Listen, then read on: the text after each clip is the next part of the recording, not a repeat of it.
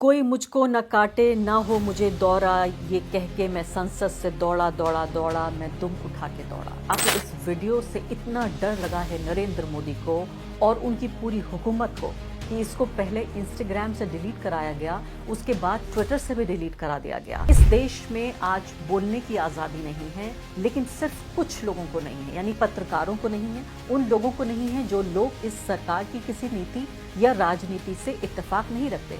गिरिराज सिंह और कह रहे हैं कि देखिए सब कुछ तस्वीरों में ही आप देख लीजिए। अब मैं आपको क्या बताऊं, पोस्टर ही अपने आप में सब कुछ कह रहा है। आर्टिफिशियल इंटेलिजेंस के जरिए बनाई गई हैं झूठी तस्वीरें हैं, ऐसी कोई तस्वीर हमारे रिकॉर्ड में नहीं है। कि सबसे पहले गिरिराज सिंह के ऊपर एक्शन करके दिखाएं, तब ये माना जाएगा कि ये भारत की सरकार, नरेंद्र मोदी सरकार सिर्फ अपने दुश्मनों को ठिकाना लगाने के लिए, तथाकथित दुश्मनों को ठिकाना लगाने के लिए सिर्फ कानून का गलत इस्तेमाल नहीं करती।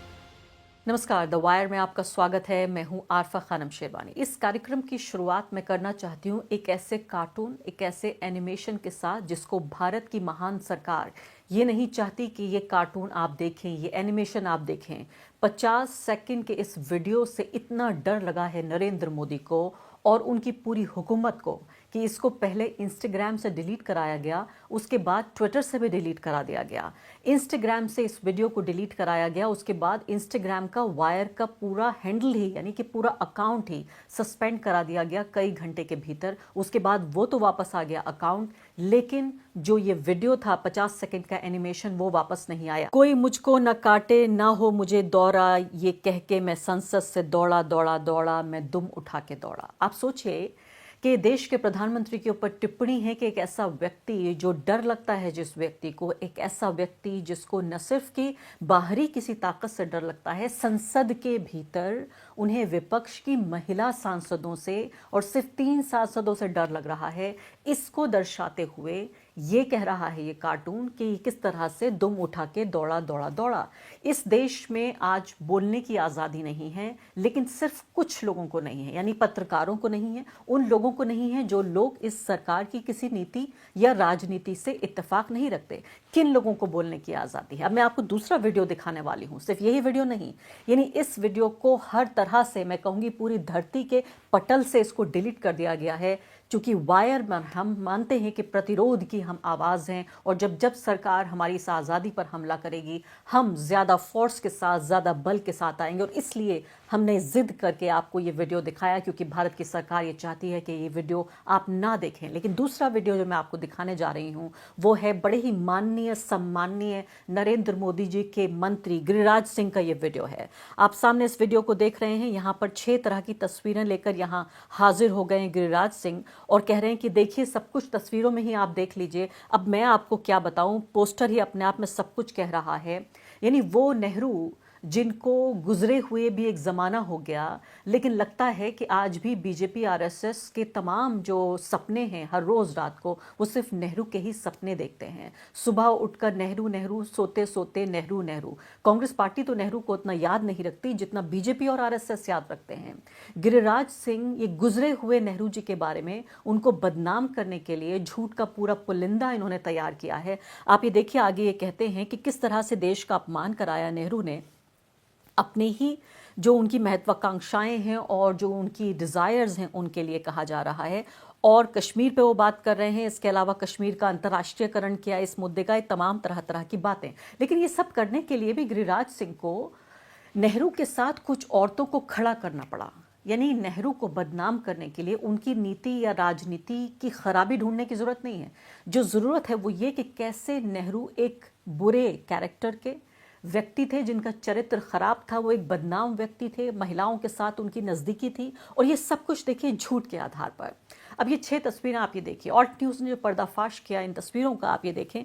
ये 6 तस्वीरें हैं जो नेहरू की, ये तस्वीर इन्होंने शेयर किया लोगों के साथ। पहली और 5वीं दोनों तस्वीरें जो हैं वो AI जनरेटेड हैं, आर्टिफिशियल इंटेलिजेंस के जरिए बनाई गई हैं, झूठी तस्वीरें हैं। ऐसी कोई तस्वीर हमारे रिकॉर्ड में नहीं है। कर्जदार हैं उस नेहरू के जिन्होंने इस आधुनिक भारत का न सिर्फ एक सपना देखा, बट इसको आधुनिक बनाने की कोशिश भी की, जिनमें अल्पसंख्यकों की जगह थी, जिसमें दलितों की, मजदूरों की, किसानों की, मेरे जैसी महिलाओं की जगह थी, जिसमें प्रेस की आज़ादी का एक तस्वुर किया गया था, जहां बिना डरे हुए पत्रकार अपनी बात कर सकें। इसके अलावा तमाम तरह के एजुकेशनल इंस्टीट्यूशंस, साइंटिफिक इंस्टीट्यूशंस, इन सब पे हो सकता है 1 घंटे तक मैं बोलती रहूं और बात खत्म ना हो। उस व्यक्ति को यहाँ कुछ महिलाओं को, उसके परिवार की महिलाओं को साथ में दिखाकर बदनाम करने की ये कोशिश हो रही है। इन तस्वीरों को आप देखिए, छठी जो तस्वीर है उनको देखिए, और इसके अलावा जो प्रधानमंत्री नेहरू हैं वो मिसेस साइमन के साथ हैं, जो ब्रिटिश डेप्यूटी हाई कमिश्नर हैं, उनकी पत्नी हैं, और इसके अलावा वो जहाज़ पर सवार हैं जो भारत जा रहा है ये जहाज़। यानी इसमें कम से कम 2 तस्वीरें AI जनरेटेड हैं, और आपको ये जानकर बिल्कुल हैरानी नहीं होनी चाहिए कि इन तस्वीरों को, इस वीडियो को जब पोस्ट किया गया उसी दौरान, लगभग उसी वक्त भारत की सरकार ने जो IT रूल्स हैं, इंफॉर्मेशन टेक्नोलॉजी के रूल्स हैं, उन्हें 2021 के रूल्स बदलते हुए 20 फरवरी 2026 से जो रूल्स नए बदले गए हैं, उनमें AI जनरेटेड कंटेंट को छिपाने पर बाकायदा अपराध उसको घोषित किया गया है।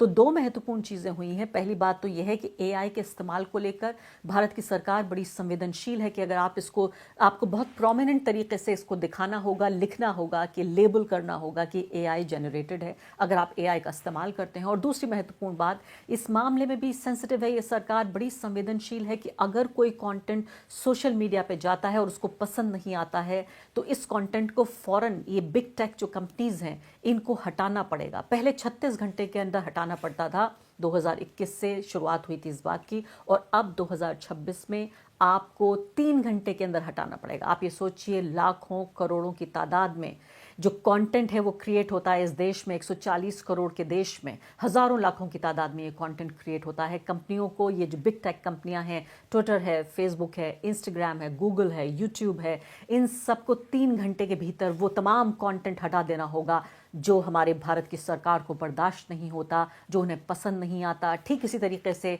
जैसे वायर के इस कार्टून को डिलीट कराया गया और दर्शकों को बाधित किया गया कि वो जो देखना चाहते हैं वो उसको ना देखें। अब 3 घंटे के अंदर करना पड़ेगा। ये कैसे संभव होगा, इस बात पर जाहिर है बहस हो सकती है। अब मैं ये सरकार को चुनौती देना चाहती हूँ कि ये डीप फेक और AI को लेकर जो संवेदनशीलता तथाकथित रूप से हमारी सरकार दिखा रही है, अगर वाकई वो संवेदनशील है, अगर वो वाकई गंभीर है, तो मैं चुनौती देती हूँ इस भारत की सरकार को कि सबसे पहले अपने इस मंत्री के ऊपर ये कदम उठा के दिखाएं। सबसे पहले इस मंत्री को, जो अपराध कहा गया है इसको, कि अगर छिपाया जा रहा है कि अगर AI जनरेटेड है, मैं वाकई मान जाऊंगी, एक फ़ैन हो जाऊंगी इस सरकार की। सबसे पहले ये गिरिराज सिंह के ऊपर एक्शन करके दिखाएं, तब ये माना जाएगा कि ये भारत की सरकार, नरेंद्र मोदी सरकार, सिर्फ अपने दुश्मनों को ठिकाना लगाने के लिए, तथाकथित दुश्मनों को ठिकाना लगाने के लिए सिर्फ कानून का गलत इस्तेमाल नहीं करती या नए कानून नहीं बनाती, बल्कि ये निष्पक्ष तरीके से वाकई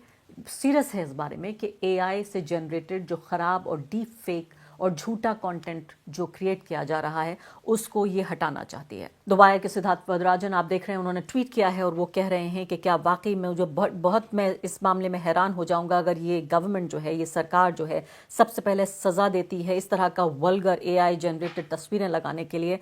जो नए IT रूल्स नोटिफाई किए गए हैं गैजेट में कल, क्या ऐसा करेगी, तभी मैं उनको मानूंगा। जाहिर है ये भी चुनौती दे रहे हैं सिद्धार्थ वरदराजन। मैं आपको ये भी याद दिलाना चाहती हूँ कि किस तरह से पूरा ये डर का जो एक साम्राज्य तैयार करने की कोशिश हो रही है नरेंद्र मोदी के तले, नरेंद्र मोदी जो तैयार कर रहे हैं ये पूरा डर का साम्राज्य, जहां पर इस तरह से तो इस कंटेंट को हटाया जाएगा 3 घंटे के भीतर। लेकिन यहाँ इजाज़त नहीं है कि एक देश का पूर्व सेनाध्यक्ष एक किताब लिख सके, वो किताब छप सके, छप जाए तो लोग पढ़ सकें, वो बिक सके।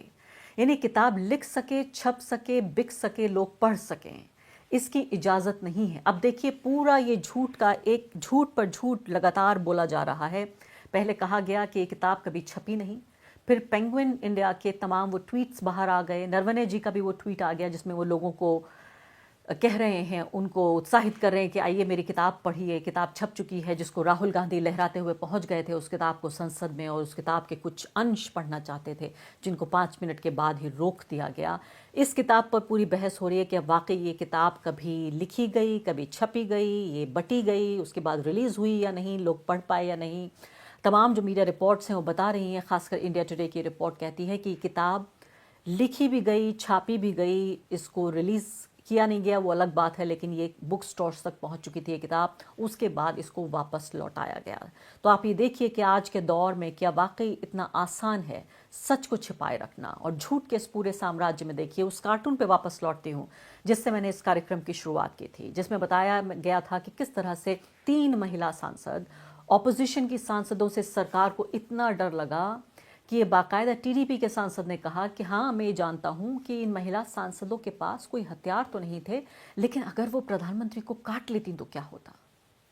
इससे पहले जो स्पीकर है हमारे लोकसभा के ओम बिरला, उन्होंने कहा था कि पुख्ता सबूत उन्हें इस बात के मिले हैं कि प्रधानमंत्री की जान को खतरा था। और आपको ये लग रहा होगा कि ये महज इत्तेफाक है, शायद ओम बिरला जी यूं ही जरा से संवेदनशील हो गए हैं या प्रधानमंत्री को लेकर वो ज्यादा पॉजेसिव हैं इसलिए ऐसा कर रहे हैं। ऐसी बात नहीं है। बीजेपी के देखिए ऑफिशियल ट्विटर हैंडल से ये ट्वीट किया गया है और ये कहा जा रहा है कि शॉकिंग फुटेज आया है पार्लियामेंट से।